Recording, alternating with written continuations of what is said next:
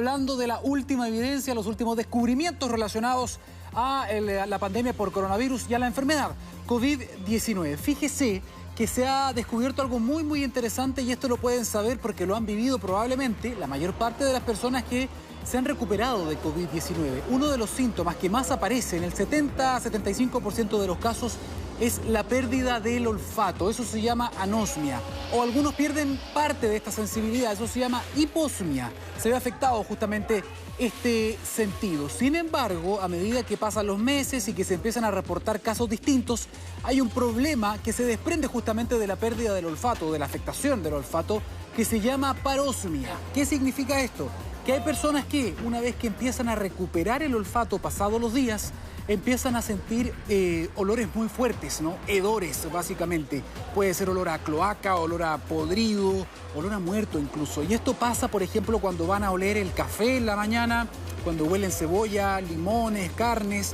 Hay diferentes gatillantes, ¿no? Está pasando mucho esto, se está reportando en diferentes partes del mundo. Los especialistas ya están hablando de este problema que, como les decía, se llama parosmia. Entonces, ha sido gatillado por diferentes elementos, incluso también con la pasta de dientes. Hay personas también que pueden estar sintiendo un olor que no está allí, ¿no? Y eso ahora se está también considerando y se está valorando justamente este sentido que es tan importante para nosotros y que se ve afectado justamente por la infección de COVID-19. La pregunta es, si alguien está teniendo este problema, ¿no?, de sentir muy malos olores muy potentes que son desagradables, ¿cuánto tiempo puede durar esto? ¿Por qué ocurre?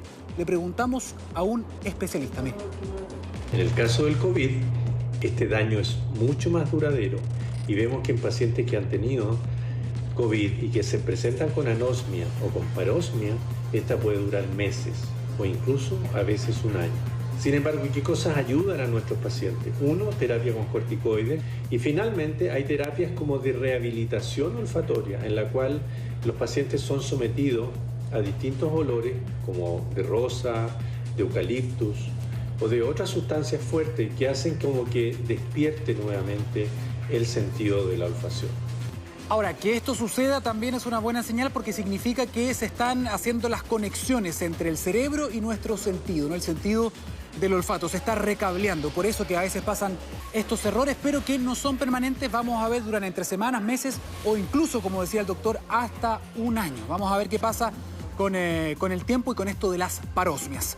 Vamos a seguir avanzando con otro tema interesante porque hoy día hay mucha preocupación con el surgimiento de variantes. Hay muchas variantes de preocupación, hay otras que son de atención y los científicos las están siguiendo, están haciendo vigilancia genómica para ver hasta qué punto estas variantes que surgen a raíz de la replicación viral, de la alta circulación viral, podrían eventualmente amenazar los procesos de vacunación con diferentes formulaciones en el mundo. ¿Por qué decimos esto? Porque hay algunas variantes que han llamado más la atención que otras, que están preocupando más a las autoridades sanitarias del mundo, ¿no? Que son las variantes, por ejemplo, la de Brasil, ya tiene 3, y también la de Sudáfrica, la de Reino Unido, por ejemplo. Son estas 3 las que generan más preocupación. ¿Por qué? Porque concentran algunas mutaciones específicas en regiones claves de las partículas virales, en una proteína específicamente que es la que utiliza el coronavirus para infectar nuestras células. Se teme que si hay muchas mutaciones en esta proteína viral podría eventualmente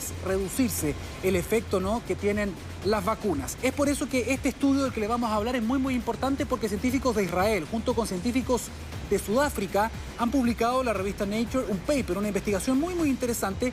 Utilizaron los anticuerpos de personas que se habían infectado con la variante sudafricana, una de las más peligrosas se podría decir, y vieron que tenía un efecto muy eficiente en neutralizar al resto de las variantes. ¿Qué significa esto? Lo que concluyen esos científicos y científicas es que utilizando esta misma técnica, es decir, haciendo una formulación o basando una vacuna en el peor enemigo, la peor variante que podemos tener hoy día, se puede generar entonces una inmunidad poderosa que pueda tener un efecto cruzado en el resto de las variantes. Es decir, tu peor enemigo podría eventualmente ser tu mejor amigo, y esto es muy relevante considerando además que ya ha surgido otra variante en Bélgica y una tercera variante en Brasil. ¿Qué dicen los especialistas? Le preguntamos a un virólogo. Esta información puede ser muy relevante para el diseño de vacunas, pues significa que una vacuna diseñada contra las nuevas variantes podría ser igualmente eficaz para generar una respuesta inmune cruzada frente a variantes anteriores. Y esto resulta hoy particularmente importante, ya que se han detectado otras variantes que comparten mutaciones con la variante sudafricana acá en Sudamérica, como la recientemente descrita en Sao Paulo, Brasil. Cambiamos de tema, seguimos con el trasfondo de la pandemia, pero vamos a hablar de un implemento que ya es parte de nuestro día a día, ¿no? Que son las mascarillas. Lo que usted está viendo en la imagen es una mascarilla distinta que ha llamado mucho la atención. ¿Cuál es el contexto? Antes de decirle la sorpresa. El contexto es que estamos, según algunas estimaciones, usando mensualmente más de 129.000 millones de mascarillas que son desechadas. Muchas de estas miles de millones, ¿dónde van a parar? Adivinen, al mar. Son un problema de contaminación que nos estamos generando y que está comenzando a preocupar. Por eso que surgen soluciones como la que está viendo usted en ese lugar en Países Bajos. Esta diseñadora desarrolló con papel de arroz, con plástico basado en maíz, completamente biodegradable. Es una mascarilla que usted la utiliza y luego la puede plantar y se convierte en flores. ¿Por qué? Porque tiene papel de arroz y tiene semillas, ¿no? Es un desarrollo muy interesante entonces que ha llevado adelante ella, que se llama... Esta mascarilla se llama Mary B. Bloom, se está vendiendo este tapabocas, le decía entonces, hecho de papel de arroz, tiene semillas de flores, sus correas son hechas de lana de oveja y el pegamento se fabrica con almidón de papa y agua. En el camino por buscar soluciones que sean amigables, biodegradables o amigables con el medio ambiente, hay que preguntarse, ¿cumple la función principal que es filtrar, que es evitar que nos podamos contagiar de coronavirus? Le pasamos los datos que tiene el fabricante en su sitio web y se los expusimos justamente a la líder del único laboratorio en Chile que valida estos equipos de protección personal. Escuche su mensaje. Si bien desde el ISTEX, el único laboratorio que valida mascarillas en Chile, estamos dispuestos a recibir nuevas innovaciones que cuiden nuestro ecosistema, también quisiera hacer el énfasis de que es muy importante que este tipo de producto, como mascarilla y todas las demás, tienen que cumplir con los criterios de eficiencia y seguridad con certificación de normativa internacional. No contribuyamos a una falsa sensación de seguridad.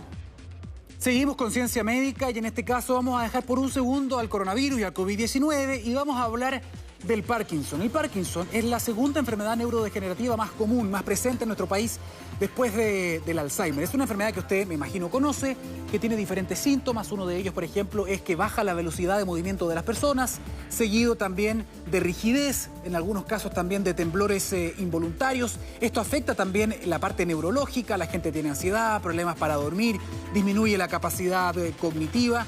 Y no es la única enfermedad que está preocupando. También, por ejemplo, está la enfermedad de Huntington, que también es una enfermedad hereditaria, es progresiva, lamentablemente es fatal. ¿Qué tienen en común estas dos? Que no tienen ningún tratamiento ni no tienen tampoco ninguna cura efectiva. Y aquí es donde viene la buena noticia, porque científicos y científicas chilenas han desarrollado una proteína artificial. Es muy interesante. ¿Por qué estamos contando esto? Porque, ¿cuál es la razón para que se genere esta enfermedad en el cerebro, ¿no? Para que comiencen a morir las neuronas? Se empiezan a juntar, se empiezan a acumular unas proteínas que son tóxicas y que normalmente nuestras propias neuronas tienen la capacidad de autorrepararse, de limpiarse, pero por diferentes razones que se están estudiando, esta capacidad deja de funcionar, las neuronas entonces empiezan a morir a raíz de esta acumulación de proteínas nocivas, tóxicas. Esta proteína, que ha sido desarrollada por los científicos del Instituto Milenio de Neurociencia Biomédica de la Facultad de Medicina de la Universidad de Chile, puede combatir, puede reactivar esta función que tienen nuestras neuronas para limpiarse a sí mismas. Conversamos con uno de los científicos a cargo de esta investigación. Los estudios realizados en modelos preclínicos de estas enfermedades dieron cuenta de que esta terapia fue efectiva en disminuir estos agregados proteicos en el cerebro y con ello disminuir también los síntomas en los modelos preclínicos. Esto ya fue licenciado y la buena noticia entonces es que un laboratorio biotecnológico en Estados Unidos va a comenzar a probar esto en ensayos clínicos. Y ustedes no saben, no se imaginan la esperanza que este tipo de ensayos también y de propuestas nuevas tiene para muchas personas que tienen familiares o que tienen esta enfermedad del Parkinson o del Huntington y, ¿por qué no?, otras enfermedades neurodegenerativas. Muy bien por la ciencia y la tecnología chilena, ¿no?, de exportación. Seguimos avanzando y vamos a cambiar con un dato. Probablemente usted ya lo sabe, hasta ahora quedan poquitas horas para el cambio de hora. A las 12 de la noche entonces comienza el horario de invierno. Cuando sea a las 12 de la noche usted va a tener que retroceder las perillas del reloj una hora. Van a ser entonces las 11 de la noche. ¿Qué tiene que ver esto con el coronavirus? Bueno, tiene una relación, porque hay muchas personas que dicen que estos cambios de horas, por ejemplo, pueden impactar o positivamente o negativamente su ciclo de sueño. Y esto es muy importante, dormir bien, además de consolidar nuestros recuerdos, de poder hacer descansar también, nuestro cerebro tiene una función muy interesante en diferentes sistemas. Por ejemplo, en el sistema inmunitario. Si nosotros dormimos bien, nuestros soldados celulares, por ejemplo, nuestros anticuerpos también van a poder responder mejor a cualquier tipo de amenaza. Por ejemplo, al coronavirus. Le preguntamos a uno de los expertos más grandes que tiene Chile respecto de este tema, ¿qué le parece este cambio de hora que genera polémica, ¿no?, entre la población? Mire.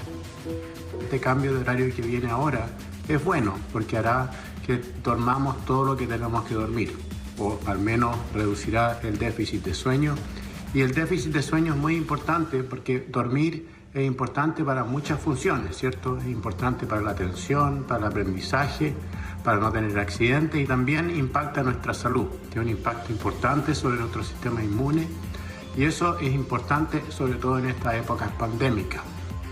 Recuerda entonces, a las 12 de la noche en punto, retroceda una hora su reloj para comenzar entonces el nuevo horario que nos va a regir durante varios meses de aquí en adelante. Con esta información entonces respecto de los últimos adelantos, avances y conocimientos del coronavirus y otras enfermedades, llegamos al final de esta entrega de Planeta Futuro. Que tenga buenas noches. Chao, chao.